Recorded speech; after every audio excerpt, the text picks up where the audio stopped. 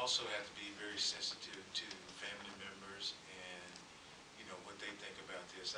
You know, that's something that I would probably sit down with family members and loved ones and ask for their opinion and their input on that. But that's something I'm going to have to think about. I certainly want to be open and transparent and show people. And if I don't get too much pushback from the city attorneys, I'm certainly willing to keep an open mind about it. That's what I was curious about. The city is going to make a substantial investment, right, on this technology. I was just wondering if you think any of the officer-involved shootings will have these events. Personally, I would like to do it, James, but I can't promise which ones and how many and what's going to be our policy going forward. I can just say that. But I also have to consider any civil action, statute of limitations on possible civil actions, and also the feelings of family members that may have lost a loved one in one of these awful, tragic events. So there's a lot of things that I do have to consider. But that'll be a revolving, revision to policy when we do involve bodies. It will. It's something that we're certainly going to have to look at from a policy and procedure standpoint. There was an interesting documentary on Channel 2 KPRC about Houston police confronting evolving gang threats. What sort of challenges does that present to the police when you have that? You know, the gang threat is evolving or growing, or what? Is that a challenge for police to? Well, you know, gangs are a threat not only to the police and a challenge to the police, but also for the community and the safety of our communities. Law enforcement, we have certainly improved our gang enforcement and tracking of gangs. We've gotten much better because of the information sharing that we do among law enforcement agencies in this region and across the country.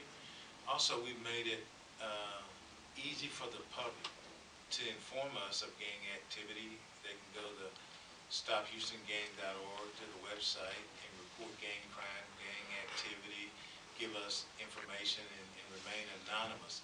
So we have better tools to track gangs and to do gang enforcement, but also it is certainly troubling when you still have young folks that want to join gangs and feel like there's a need or for whatever reason that they should show loyalty to gang members in their neighborhood. We want to break that cycle, and that's a challenge. The town meetings were well received in the black community, I believe, but there were reports in some of the Spanish media of community lack of confidence. Could you address that in the Latino community? Lack of confidence in HPD.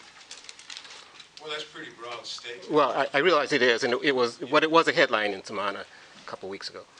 Well, I didn't hear anyone in there say that they had a lack of confidence in HPD. Now, some of the things that I've heard in town hall meetings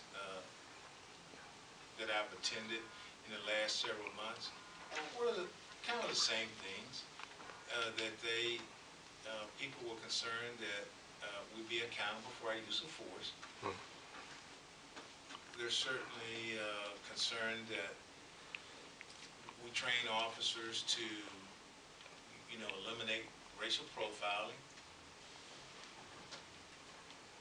And they were concerned about, you know, officers just being rude and disrespectful during police public encounters.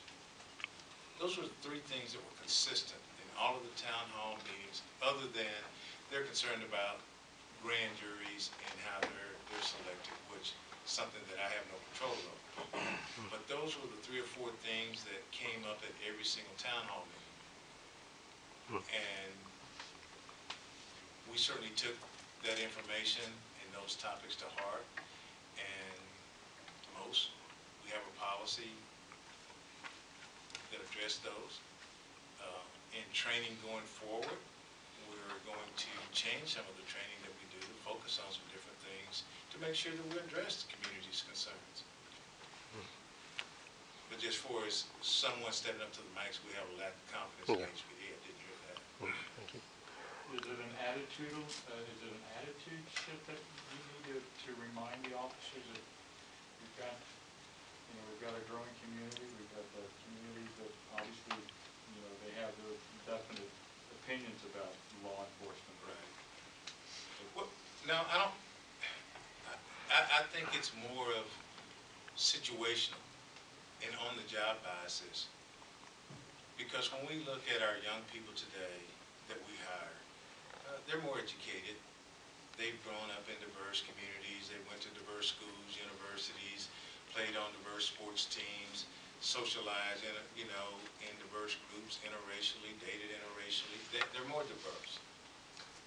And if you ask them, they don't believe that really there are racial problems that exist in our communities across this country. Now they're wrong because some don't understand or have knowledge of the historical context of why there have been conflicts between law enforcement in general and minority communities over hundreds of years. They don't.